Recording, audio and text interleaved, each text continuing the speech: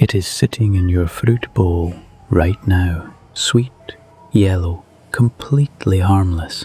But this supermarket staple carries the legacy of a fallen kingdom. Before it was sliced onto pizza, an island monarchy collapsed under foreign pressure. This exact fruit later became the public face of what replaced it. That cheerful label makes you picture sunny beaches and easy vacations. The real story involves a fallen monarchy, American warships, and a century-long political reckoning. How did a spiky tropical plant end up branding the aftermath of a coup? The answer is buried in the volcanic soil of Hawaii. We look at this fruit and see a simple breakfast. In the 1890s, a small circle of powerful men saw something else entirely. They were willing to rewrite laws, corner a fragile economy, and call in foreign troops. Only later did that power translate into your fruit bowl. This is a story so deeply buried that the United States government eventually apologized for it. But an apology cannot rebuild a broken kingdom. You are about to learn what actually toppled the Hawaiian kingdom, and it wasn't the fruit you think. That innocent can will never feel the same. Let's travel back to the 1880s. Hawaii was not a state. It was a globally recognized, independent, and genuinely prosperous royal island kingdom. Its monarchs wore crowns and ruled from a palace lit by electricity before the White House.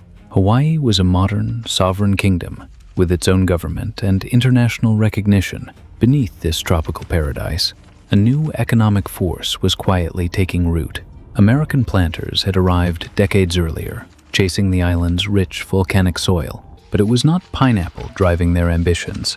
It was sugar. Vast cane fields made a small circle of American planters extraordinarily, disproportionately wealthy. In 1875, Hawaii and America signed a treaty letting Hawaiian sugar enter the U.S. duty-free. Sugar fortunes exploded.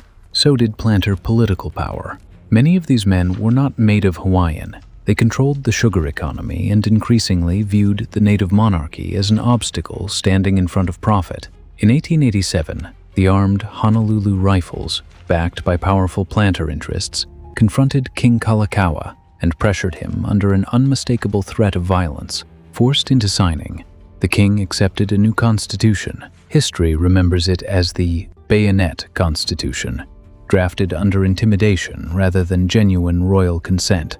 This document stripped the king of much of his authority and stripped many native Hawaiians of their right to vote. The planter class now held real power. Then, in 1890, the McKinley Tariff erased Hawaii's special sugar advantage in the American market, threatening the profits that had transformed the islands. For the planters, annexation now offered something more valuable than political power, a way to restore favorable access to the American market and protect their investments. A determined new monarch took the throne. Her name was Queen Liliuokalani, and she saw clearly what these foreign business interests were building toward. The queen began drafting a new constitution to restore power to native Hawaiians and roll back the influence the planter class had seized for years. The businessmen were alarmed. If the queen succeeded, both their political grip and their annexation strategy could collapse. They decided she had to be stopped. A small group formed the so-called Committee of Safety. Despite its name, it was an organized faction actively planning to remove the queen from power. Among these plotters was a lawyer named Sanford Dole. His surname would one day sit on grocery shelves worldwide. They're not yet, and not like this. Dole and his allies knew the Queen's Royal Guard could resist a coup on Hawaiian soil alone. They needed leverage, and they needed it fast. They approached the United States Minister to Hawaii, John Stevens, a man who firmly believed American influence should extend across the entire Pacific.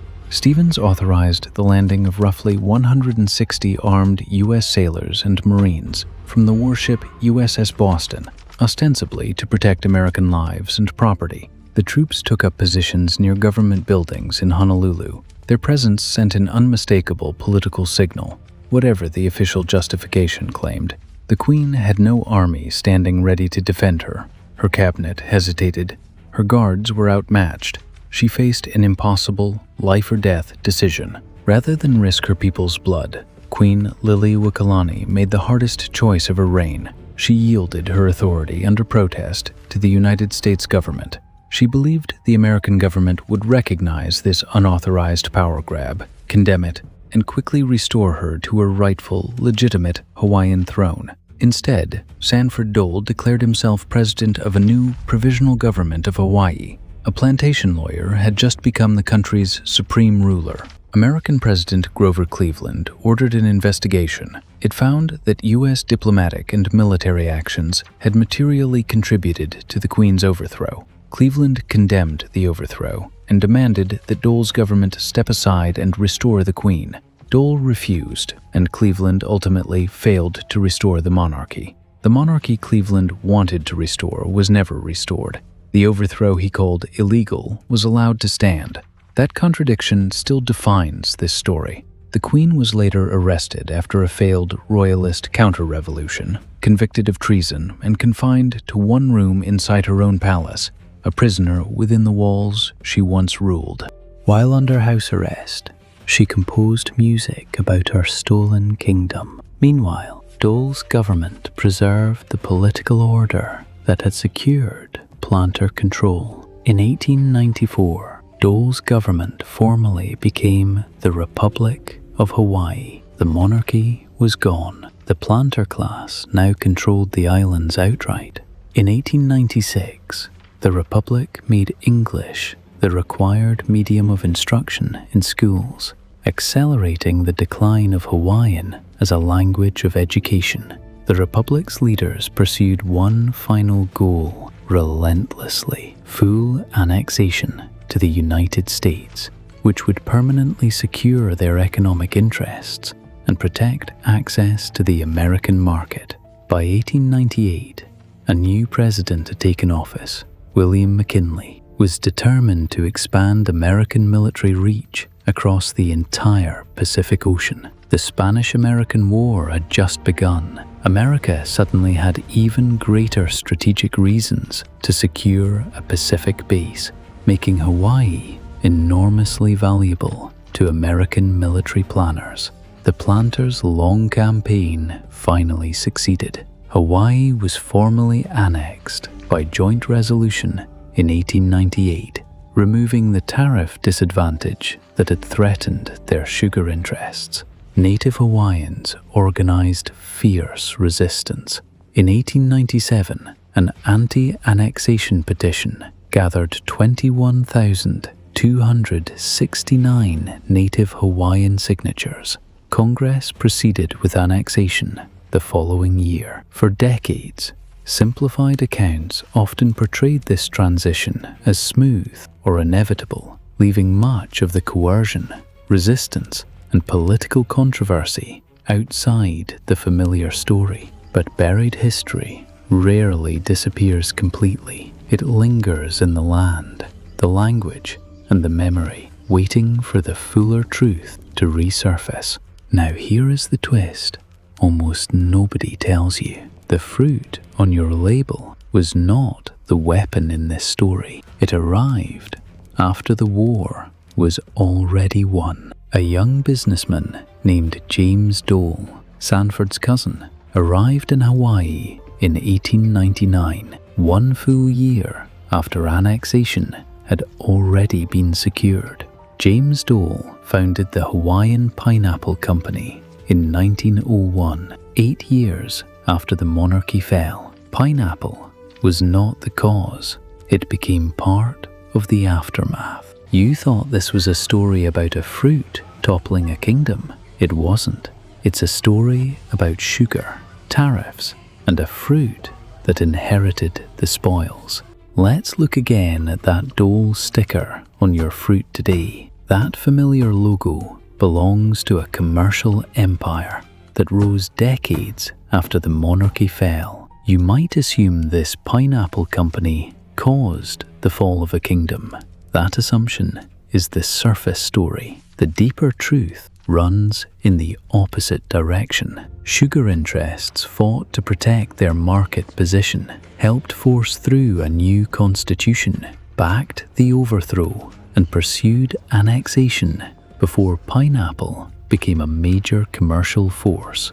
Only once the political battle was already won did James Dole arrive to build an agricultural empire in a Hawaii whose monarchy had already been overthrown. In 1922, James Dole bought the island of Lanai for $1.1 million and transformed it into what became the world's largest pineapple plantation. Native ecosystems and landscapes were reshaped for industrial farming. New fields and infrastructure replaced older land uses as pineapple production expanded for American markets. Fruit companies launched sweeping advertising campaigns across America, selling pineapple as a symbol of exotic paradise, while the political history surrounding Hawaii remained largely absent from the branding. American shoppers happily bought canned pineapple, largely unaware that it had become part of an agricultural economy transformed after the kingdom's overthrow decades earlier. When you slice into a fresh pineapple today, you are touching the commercial legacy of a political fight that had almost nothing to do with fruit.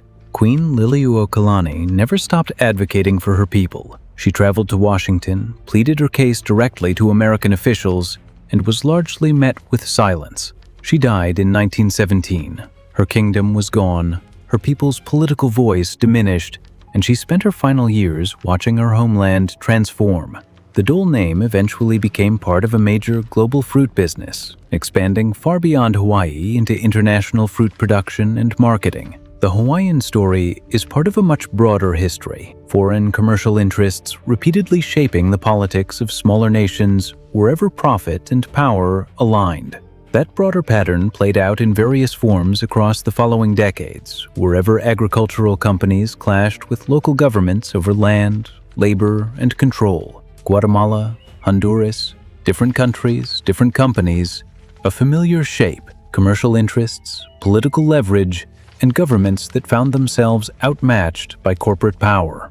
In 1993, a full century after the coup, the United States Congress passed a formal apology resolution addressing what had happened to Hawaii. The resolution acknowledged the overthrow's suppression of native Hawaiian sovereignty and apologized for the participation of U.S. agents and citizens in the overthrow. A century passed, from 1893 to 1993, before Congress formally apologized for the overthrow and acknowledged U.S. participation in it. But a formal apology on paper does not restore the kingdom that was overthrown, or undo the decades of cultural disruption that followed it. Today, Hawaii is one of the world's most visited destinations. Beneath the resorts and beaches, debates over land, sovereignty, and identity remain very much alive. Land, housing, and sovereignty remain contested issues across the islands today, part of an ongoing conversation rooted directly in this 19th century history. Most large pineapple operations eventually moved overseas in search of cheaper labor, but the landscape still bears physical traces of decades of plantation agriculture. Old plantation roads, irrigation systems, and worker housing across central Oahu remain visible reminders of an industry built after a kingdom's collapse. This is the quieter cost behind everyday convenience, one rarely printed on the label of that bright yellow can sitting in your pantry. Most of us are disconnected from where our food actually comes from. We see the polished product, rarely the political history behind how it got there. The pineapple became a symbol of cheerful tropical hospitality, a branding choice that quietly smoothed over a far more complicated and contested political history. There is one more layer to this story worth knowing, a final twist that adds real weight to everything that came before it. Hawaii is no longer a major global pineapple producer. Corporations largely moved operations elsewhere once cheaper land and labor became available in other countries. They left behind altered ecosystems, transformed local economies, and communities still working through the long-term effects of an industry that eventually moved on. A sovereign nation's political structure was fundamentally reshaped by a sugar economy, and later commercially branded by a fruit that arrived after the fact. Sanford Dole was never prosecuted for his role in the overthrow.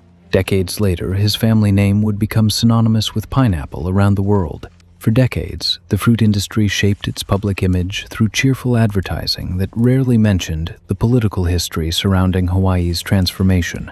For decades, simplified accounts often portrayed annexation as inevitable or welcomed, rarely mentioning the armed pressure, the imprisoned queen, or the contested political circumstances surrounding it. That narrative is increasingly being challenged today. Native Hawaiian historians and activists continue working to bring this fuller history into public awareness. The fruit aisle of your local supermarket holds more history than most shoppers ever realize, connected quietly to a century-old story of sugar and conquest. The next time you pass a pineapple display, look closely at its rough, spiked exterior. It is a small reminder of a much larger history. The legacy of the Hawaiian overthrow lives on in the chain that connected commerce to power, sugar, tariffs, political pressure, and the fall of a kingdom. We cannot rewrite what happened in the past, but we can choose to understand it fully, including the quiet history behind everyday, familiar objects. The next time you open a can of sweet yellow pineapple, ask yourself one question: are you tasting paradise or the aftermath of a fallen kingdom? Some of history's biggest stories are hiding in the most ordinary places, waiting patiently on your kitchen counter. What else might be keeping a secret?